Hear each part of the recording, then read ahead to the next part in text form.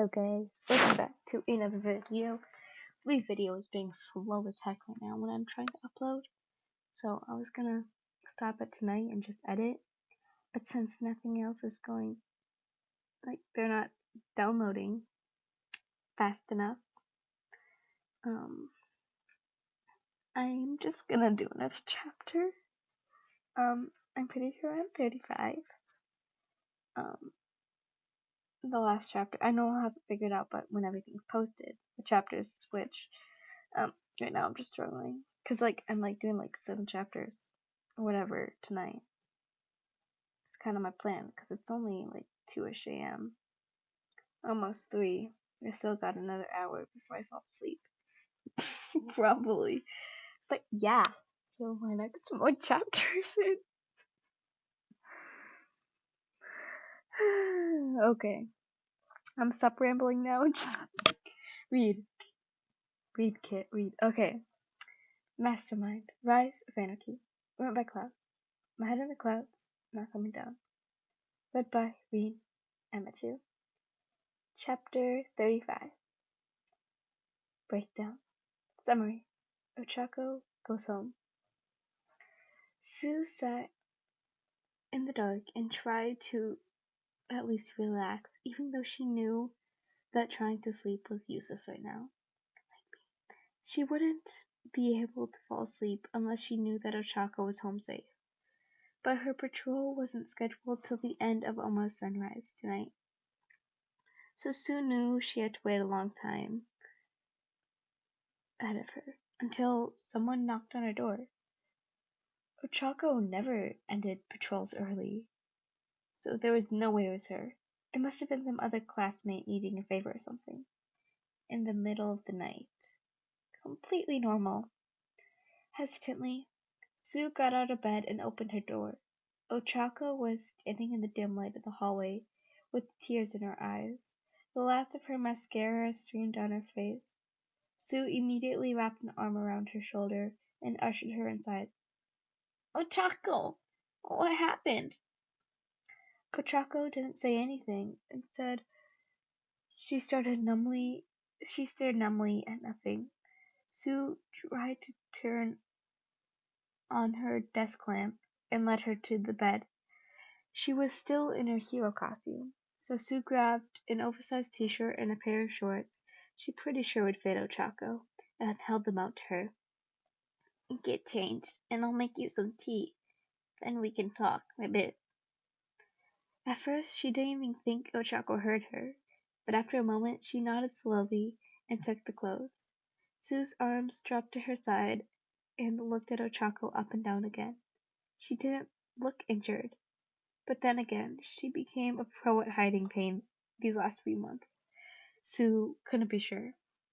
Okay, Sue said. I'll, be right back.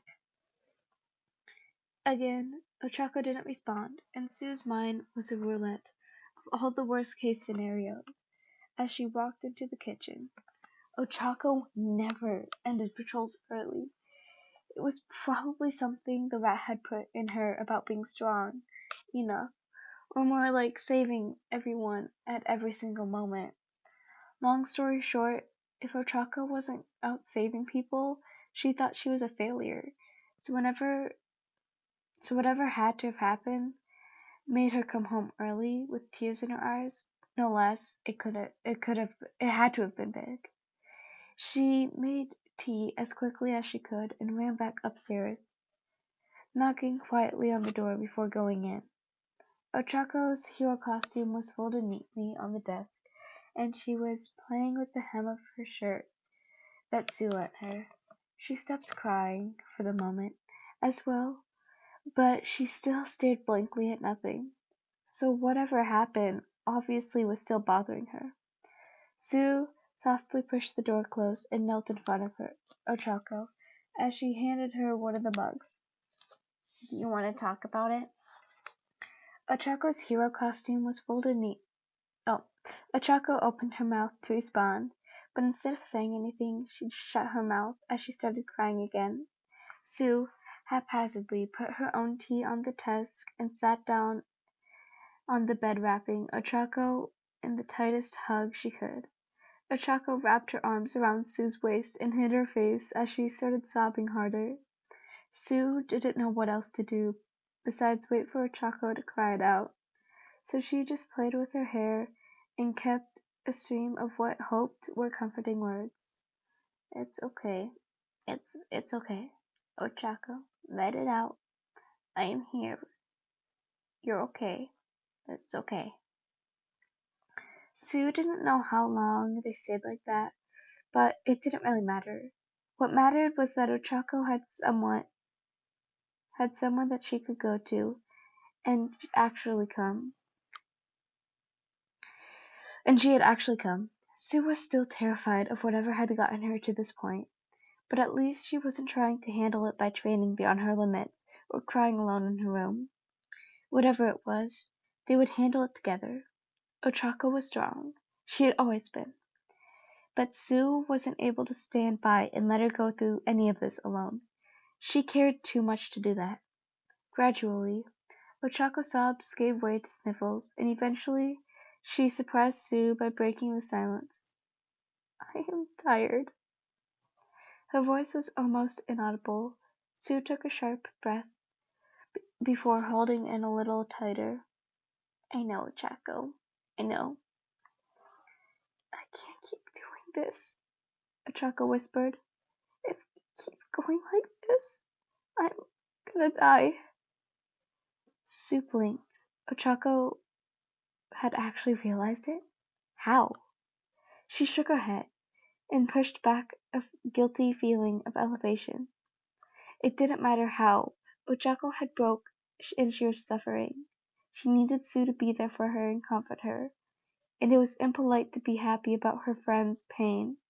Relief, however, was something Sue was willing to let slide. I'm going to die.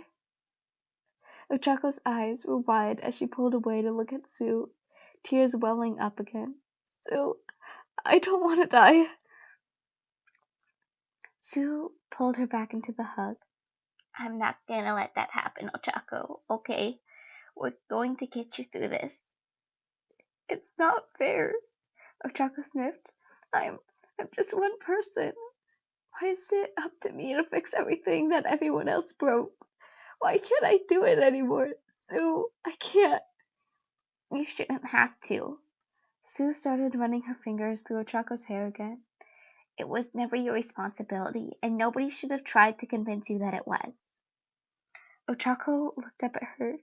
And why did they? Why is Nezu pushing me to become the symbol when All Might, you saw him, that skinny form he hid from the world? It wasn't a villain that did that, Sue. He did that to himself. Sue swallowed. I hadn't realized that, Rivet. I had always assumed it was a villain attack or something. Oshako shook her head. No, the villains might have helped, but he already had a time limit, and we know he pushed past that probably over and over and over and over again to save people. He was always saving people, and when heroes around him, that's what killed him, not Mastermind or the League. Ochaka's voice had grown stronger throughout her rant, and she scowled in frustration.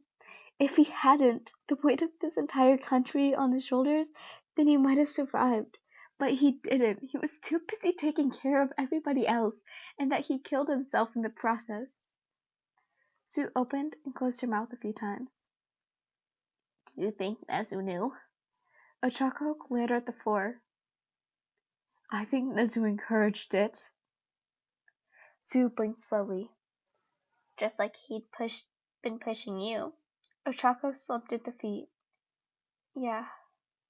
Sue took a deep breath. So, what are you going to do? What can I do? Ochako looked at her desperately. I can't just give up. There's still people to save.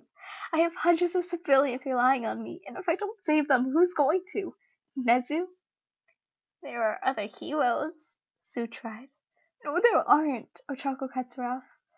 Ever since everyone went underground, the people need some sort of visible hope, Sue.